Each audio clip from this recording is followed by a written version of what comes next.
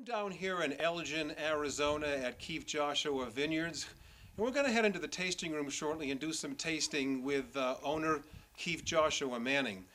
You know, I'm very excited to be down here today because we're going to have an opportunity to taste one of Kief's very recent releases, his single varietal Zinfandel, which just came out in the last week or so, and he also released this year's Chenin Blanc, and I'm really excited to taste that as well. Last year he released his first ever Malvasia white wine, which we'll have a chance to taste today as well. Now, if you've not tasted Kief's wines, you're really in for a treat.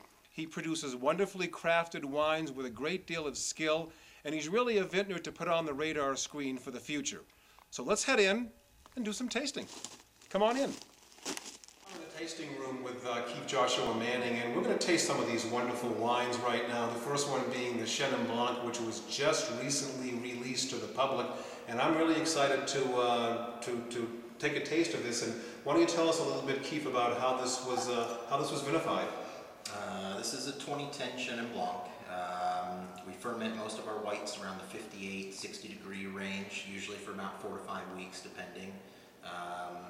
This one was done 100% stainless steel.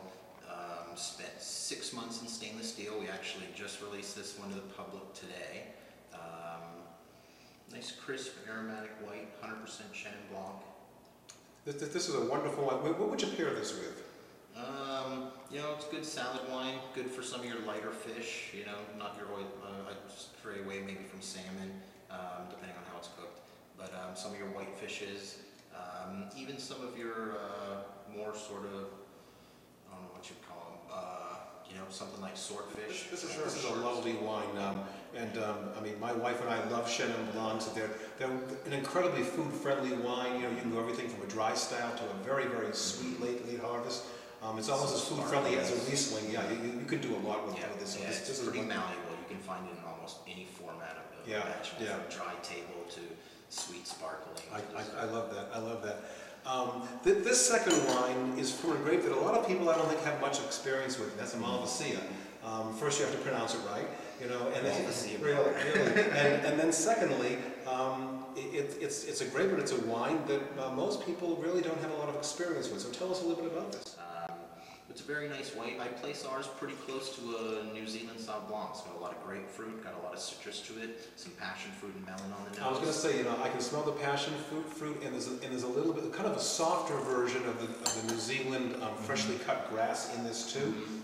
But it's a wonderful wine, and I can just picture this going beautifully with some of the lighter seafood dishes. Oh yeah, it's great with shellfish. That sweetness of crab or something like that goes great. This is great. Well, if you're looking for something different that you probably haven't tried, I'd go for some of this Malvasia. This is truly wonderful. So here we have a wine that I've been most excited to try. It's your first Zinfandel, I believe, that you've released. And tell us a little bit about how this was made and what you like about it. This is a 2009. Spent about a year and a half in barrel. We just released it last month. We ferment our reds generally open top fermenters around the 58 or 68 to 70 degree range. They'll ferment for about 2.5 weeks. This Zinfandel is off of just very young vines, so it's lower on the tannins, a little bit lighter, just a nice easy drinking red, great food wine. It doesn't appear to have quite as much of that raisiny character and maybe that heavy spice that you'll find in some of the older Zinfandel wines. Not quite as peppery. Right. Got a good fruit to it. And I would imagine that goes along with very younger vines, younger grapes, and so forth. Yeah, generally the older vines will produce a lot more condensed, deeper, rich, that peppery, and a lot of the younger vines will tend to be a little bit thinner. Sure. But that's how white Zinfandel came about. But I still think that this could stand up very nicely to a nice cut of beef. You know, as long as it's not too overly heavy, too overly spicy.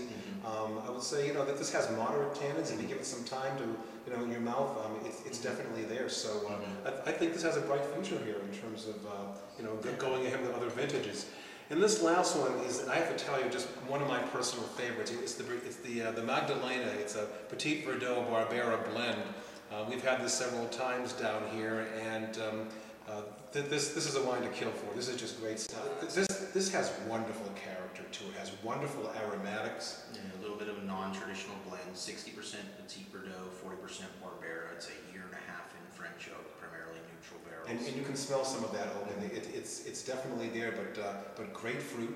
A very food-friendly.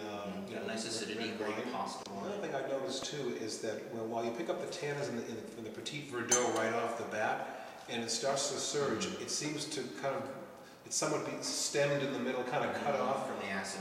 Right, and it might be the Barbera kind of just sort of balancing this off. So you've got great tannins, great structure of the wine, but the tannins don't overwhelm and they don't sort of blast through everything here.